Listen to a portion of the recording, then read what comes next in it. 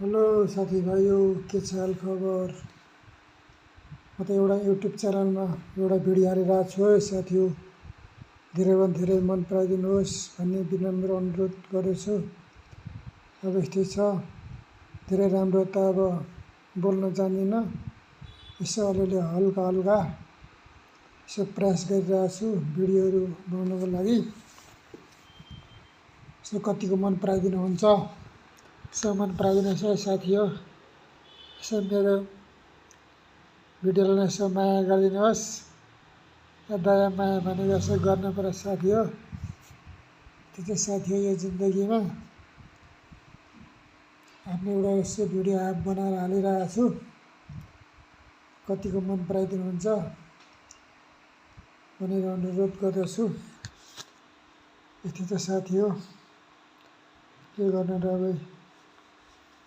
छेत्री बाहुनको डाक लामो हुन्छ, के गर्नु है। भर्खरै खानासाना खाएँ भने त्यति धेरै त राम्रो त छैन, यसो हल्का फुल्का यसो ठिकै हो भन्ने अनुरोध गर्दछु।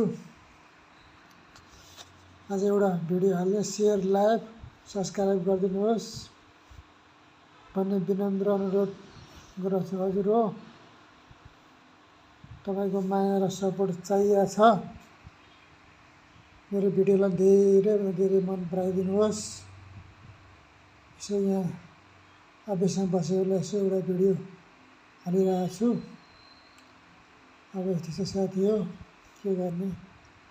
देश विदेशमा कहाँ हुनुहुन्छ, मेरो युट्युब च्यानललाई कतिको हेर्नुहुन्छ, नचिनिने यसो मन पराइदिनुहोस् भन्ने अनुरोध गर्दछु।